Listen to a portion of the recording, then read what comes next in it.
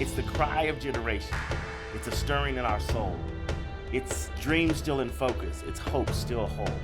For children that are and those who will be, our destiny is justice for once, for all, forever. Let it be. No more delays, denials can ignore our voices, nor suppress our choices.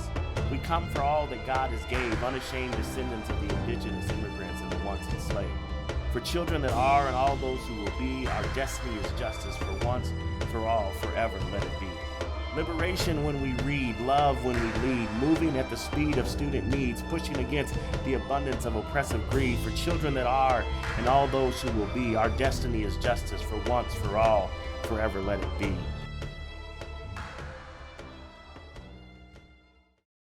All right, guys, we're here on the Justice Cast again with my friend and president of the Colorado League of Charter Schools.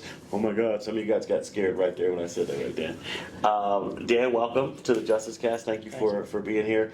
Tell folks a little bit, first introduce yourself, and not the long, drawn out, I'm about to give a speech introduction, Dan, but like, who are you? Most folks don't know your education pathway, so maybe share with them how you got to where you are. Yeah.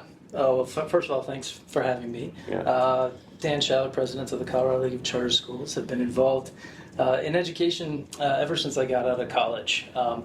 I've started as a teacher, so I was very fortunate to come out to Denver as part of a volunteer teaching program that put me at a brand new school that was opening its doors at the time called Rupe Jesuit High School, and ended up being a volunteer there for 2 years before getting hired on full-time as a teacher.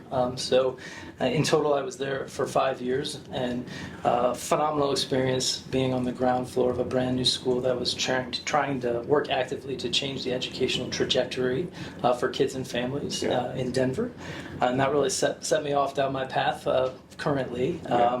My undergrad was political science, so I've always sort of been interested in the policy underpinnings of all this work. So after teaching for 5 years, went back to grad school for public policy, and increasingly was getting more and more interested in the access opportunities that public charter schools were providing for so many students in the state. I was fortunate enough to get hired at the league as their director of governmental affairs, and I've been Just climbed the ladder. I've been there since 2013. Fighting great. for educational opportunity every chance I get. When did you start teaching? What did I start? Yeah, what was your subject? My subject, well, initially when I was a volunteer, I was doing everything. Okay. I was helping drive the buses We know how that goes. to take kids. Startup schools. Rupe is unique in that it has a work-study program to make it affordable for kids and families who might not otherwise be able to access that program. And so kids work at doctor's offices, law firms all over the city of Denver. In exchange for that, those corporations pay 70% of their tuition. But that comes with being able to transport them all over the city. And so I was a driver of the bus. I was a PE teacher. I was a computer literacy teacher before ultimately landing as a history teacher. So that was social studies, U.S. history. Those were the main things that I taught. Family? Tell us about your family. Yeah, I'm originally from St. Louis. Came out here, though, in 2003, right after college, when this opportunity presented itself. But currently I have two daughters. We live here in Denver, and Now, where are they at in the school spectrum right now? Yeah, so 9th and 5th grade, so I've got my first child that is in high school. Good luck. So, but They should going come join the SHIFT Fellowship, Dan. That's right. They should come and join it. And she just finished her first year at DSST and had a wonderful experience, and we're very grateful for that option, which is why we do so much of this work. So we're going to talk justice. Charter schools sometimes in Colorado, believe it or not, are not the it's not everybody's cup of tea, right? And I think there's always this misperception or misconception about what charter schools are. You use the term public charter schools. Why is that important that people understand public charter schools? Yeah. One of the misconceptions we contend with all the time is this lack of understanding about that charter schools are public schools. So we try to emphasize that wherever we can. They're part of the public education system. Yes, they're given more opportunities for autonomy and independence. They have their own boards of directors. They can set their own schedules and calendars for the year. But they are fundamentally still part of the public education system. They're free. They're open to all. They're subject to the same assessments and standards as all other public schools. They're publicly funded by taxpayers. So we definitely, like want to make sure we're emphasizing that wherever we can, because there is that misconception that they're private. Misconception that they're private, misconception, right? That there's some nefarious person behind the scenes pulling all of these strings to undermine the public education system with the privatization of public schools, right? On that front, though, when we think about them being public schools, is it true? Isn't it true that like when the concept of charter schools were, came up, it was about actually how do we make the public system work better, because we saw that, hey, things are not working and we needed to have some innovation within this public system. Why do you think folks are resistant to innovation that happens through charter schools? Yeah, I mean, I think some of that just comes about from human nature, and when you have something that you've come to expect, you want to continue that in the same trajectory. Yeah. Whereas same trajectory, Dan. Look, you said same trajectory. Children's campaign just put this out. The same trajectory in Denver right now. Denver Public Schools, 90,471 students. Of those 90,471 students, and we know not all of them take this state CMAS, but those who do take the CMAS, it said in Denver, 59.3% of those kids were not meeting expectations in English language arts. And it said 68.8% of them were not meeting expectations in math. So folks who want to continue the same trajectory, to me, that seems like a trajectory we don't want to continue. Would you say that? Yeah, I mean, I wouldn't be doing this work if I didn't feel we fundamentally need to be rethinking how we do public education. Yeah. And that's what I believe, at their best. I'm not going to sit here and say we always get it 100% right, but at their best, what public charter schools can represent, the opportunity to inject new ideas that the public education system is desperately in need of into that system. Yeah, it becomes a smaller, a smaller ship to turn, right? 90,471 students, those are a lot of schools. I think in DPS that's 207 schools right now. If you're trying to improve all of those schools, that's a big thing to try to improve. But charters give you this opportunity to say, hey, we got a great idea that maybe teachers, parents, students, and community came up with on how to better educate the students in their community. Let's try it. Why would folks be resistant to those people coming together and saying, hey, let's try something different when we're seeing data that says something different is necessary? Right, and that's what's so frustrating, frankly, because so many of the charter schools in Colorado, the vast majority have been started from the ground up, from parents and communities that are looking for different options, and they took ownership over how to create those additional options. And they can represent innovation. They have more flexibilities, they have more autonomy, and so why it becomes this constant political football where it's made to be resisted, when I think it can actually represent opportunity, it can represent empowerment. I don't entirely understand why more people don't see it that way. I don't understand how people call this justice, right? I don't understand how people think it's just that nearly 70% of these kids are in schools where they're not preparing them to be successful in math, where they're not preparing them to be successful in English. I don't understand how that's justice, because oftentimes, and this is me, this is a Vernon soapbox, I guess, or editorial. Oftentimes, the people who are protecting this, usually, that's crazy, this is in our own state legislature here in Colorado. Some of these people who are very publicly anti-charter, they are privately sending their kids to the charter schools that they press policy against. Like, to me, that doesn't sit right with me, that if you say, hey, I'm going to be against this for everybody else, but my child gets to go that pathway. What is that? That is not justice at all. That's the problem. Right. Yeah, I mean, it's returns to what I said before. It's unfortunate that it has been allowed to become a political football, and I think we're hiding our heads in the sand if we don't think we need to put more options, innovative, high-quality options, into a public education system that's crying out for them. Look no further than like the pandemic to see how we've seen declining enrollment, we've seen lackluster performance, and we've actually seen in the charter school space demand has continued to be incredibly strong. Over the last 7 years, the charter school space has grown by 15,000 students, while the non-charter school space has declined by 45,000 students. Right. To me, that speaks to the community crying out for more options within public education, and that's where we need to be focusing our attention. Yeah, I think there is definitely the parent and student push that says, hey, we deserve the best schools, we deserve the best opportunities, right? So I've worked in all the spaces, as you know, led in traditional, innovation, and charter. And the one pushback that I always give to you and to everybody else in the charter space, why is the charter space so white, right? Why is the leadership so white? Why are the boards so white? But yet they are serving communities that are predominantly black and brown. I know we've made some headway in the charter space with new leaders that have come on, but I think some of the resistance has been that. Like, I think nationally we see this charter movement, and to your point, nationally there's a lot of big box charters, right? In Colorado we don't necessarily have, you know, that dominance of big box charters. We have a lot of, to your point, homegrown solutions where the community has said this is what we want.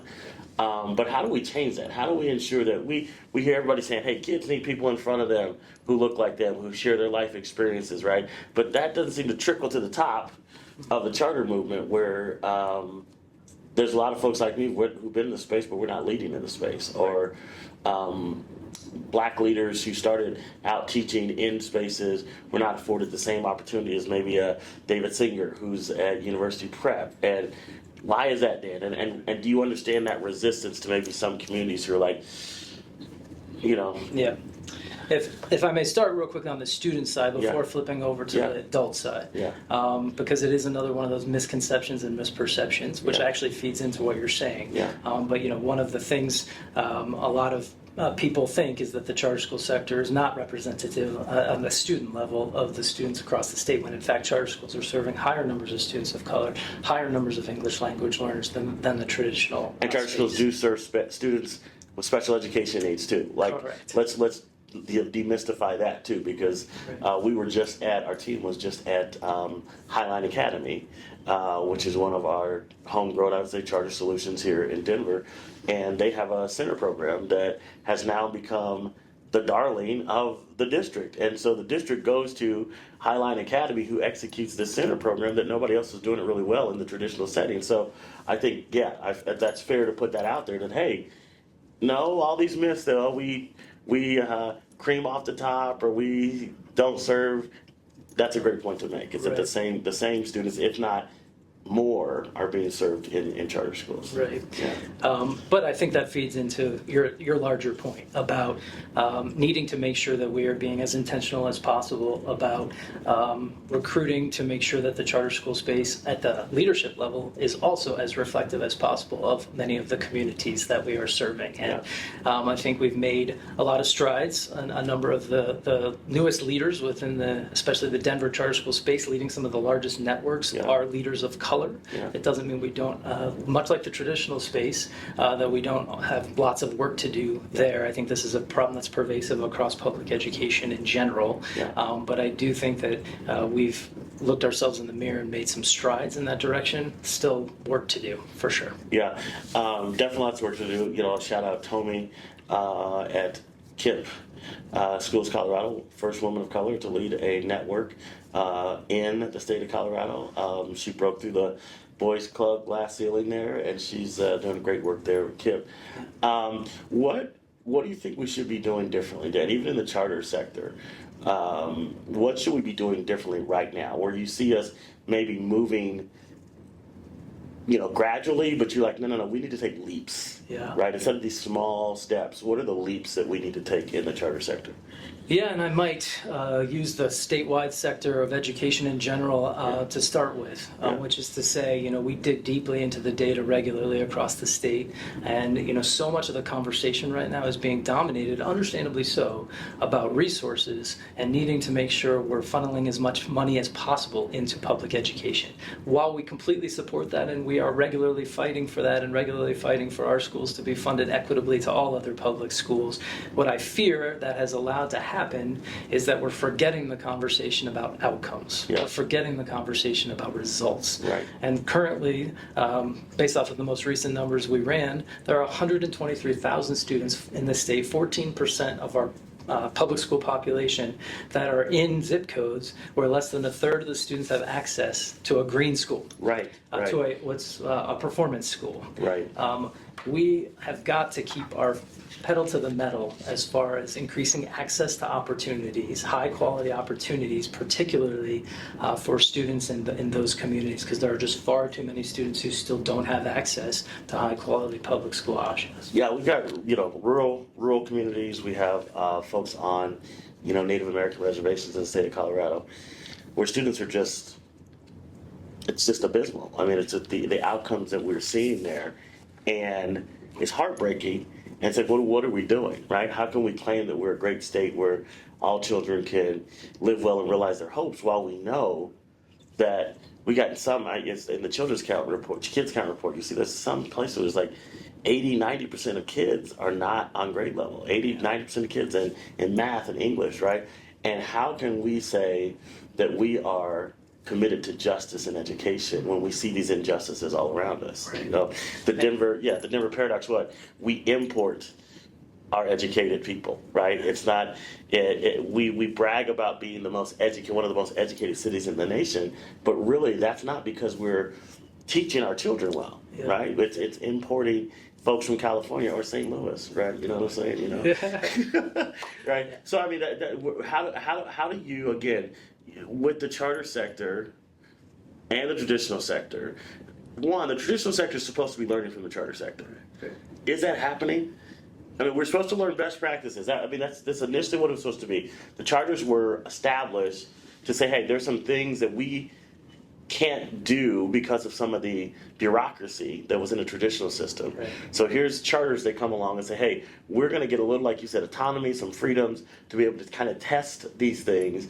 And as we test these things and we see them work for students, we're supposed to be able to share that knowledge back with a traditional system that should be open to transformation, because this thing over here showed them, hey, that doesn't work, this does. Yep.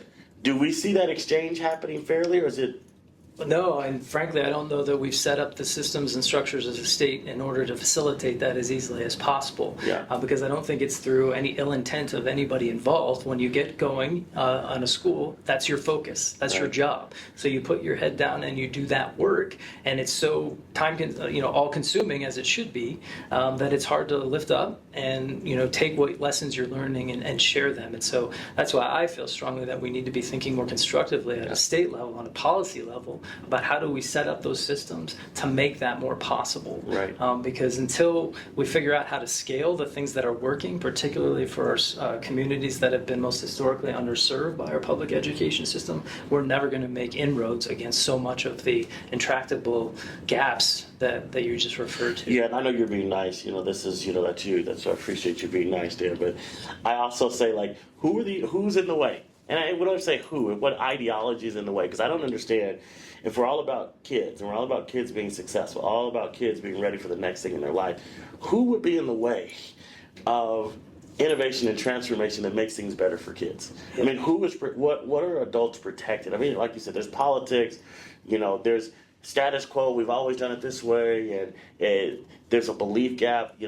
Principal Kafele always says that. He says it's a belief gap, that you've got some people who believe that some communities deserve, and then you have some people who believe, and they won't say it out loud. Well, maybe now, in the kind of temperature that we're living in now, people say a lot of crazy things out loud these days, right? But there's some people who actually believe, like, nah, those families don't deserve it. They've never deserved it, and so we're just gonna status quo. Yeah, I mean, I think for whatever reason, there's an entrenched interest of individuals who are still clinging to the notion of the neighborhood school, while not even recognizing that for a number of communities in this state, that was never fair. That was never equitable. Yeah. And yet they cling to this notion that we should have a neighborhood school, walkable in every community, and fundamentally, that's what I believe charter schools can represent, a disruption of that, of needing to recognize that for certain communities and populations, that was never a fair way to structure this. I'm sitting there, and most of the folks who are going to watch this, they're like, what is he doing with that East? I don't usually wear East High School stuff, right? No hate to the Angels, but I'm Thunderbolts, right? But when you talk about that, the neighborhood school, East High School, there was a point where East High School had the largest academic gaps in the state. 44, I think the gap was like 44% between what affluent white students were achieving and what black students were achieving, right? They had students, white students who were in special education who were doing better than black students who were not in special education. And I always wondered in that point, like, here we are talking about this, the neighborhood school, to your point, but where was the uproar then when that neighborhood school was failing families and students who had historically always been failed and marginalized? Why did we not intervene, innovate, do something different to say, hey, this is not working for the students at this school and we have to do something different? I just can't get behind this gradualism and these small steps, because I know in our city there are people who just they go slow because they can. Yeah. Right? Yeah. But they go fast for their own children, right? I remember there's a point in Denver where a lot of these leaders were working at the district, but they were sending their kids to Colorado Academy, right? And so they weren't as adamant about transformation and change in DPS because, hey, DPS was just paying their bills, right? Was paying the tuition for Colorado Academy, but they were slow to drive transformation within Denver. I know you're also involved in politics at the league, right? As far you have an action, right? It's what's the proper name? I don't want to. CLCS Action. Yeah, Colorado League of Charter Schools Action, right? So they also engage in the political side, on the C4 side, right? I think our communities have been told that, hey, if we elect the right people, we're going to get transformation, right? Well, we've been electing board members for a long time. Right? We've been electing state legislators for a long time. We've been electing governors for a long time. And this data is still what it is. Yeah. So it can't just be the ballot box. The ballot box is 100% important. But what else, Dan? What else can we do to ensure justice for generations of kids who continue to be failed? Yeah. I mean, that's where I think it just comes down fundamentally to everybody being engaged, not just on the political side, on the election side, but then after folks get elected, keeping the pressure up on the policies that will drive change. Right.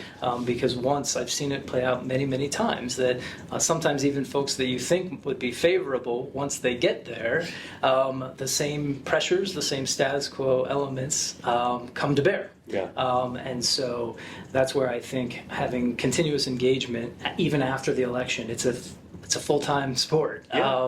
Keeping that pressure up regularly throughout the year is critically important. Because it's like, we pass, you work very deeply in the policy work there. Our families and our students have to advocate for some transformations. But I think to your point, people need to understand that it's the back end, right? There's a lot of good policy out there. Mm-hmm. What we're struggling with is implementation, right? We got a lot of good things on the books, right? But if those good things on the books are not monitored, if they're not people who continue to raise their voices to say, hey, you can't do that, or hey, you have to do that, or hey, you got to give us this right, those things usually go by the wayside, right? Right. And so how do you do that? What's the best thing to keep our foot on the gas of justice? Yeah, I mean, I think my experience is that politicians listen most to their constituents. And so it's one thing to have, hired hands going down to the Capitol and doing it, but the most effective thing is when people are hearing directly from the people in their community, from their constituents. And I've seen it play out time and time again, where that's the only thing that can change mindsets. Yeah. And so it's getting involved, it's participating in programs like what FaithBridge provides, so that elected representatives are hearing your voice regularly. Yeah. And it can't be a one-time drop, and unfortunately it is a regular full-time engagement. Full-time gig. Yeah. Somebody full-time funding. Anybody watching? But Dan, I'm talking to Dan the dad now. 5th grader, 9th grader. Okay. What does the education system look like when your 5th grader walks across the high school stage? Yeah. I mean, hopefully, and having been at this for 20 years now, I realize that it never moves fast enough. It never moves at the pace that I want it to. But hopefully we are looking at more of a system that is elevating outcomes for all kids, regardless of background. You know, our vision statement as an organization says that all kids, regardless of background, will have access to high quality public school options. Yeah. That is what I wake up every day fighting for, especially in the communities across the state that are being completely deprived of them. And so hopefully we're looking at a system that is creating more of those high quality options so that every family has a choice. Yeah, yeah. Last question today is a tough one, I guess. If you look back at the charter movement in Denver and looking across the state, what would you do differently if you were in charge from the beginning? Yeah. What missteps still kind of like sting you when you look at the history of it Yeah. and say, if we could have that one back, we would do that differently? Yeah.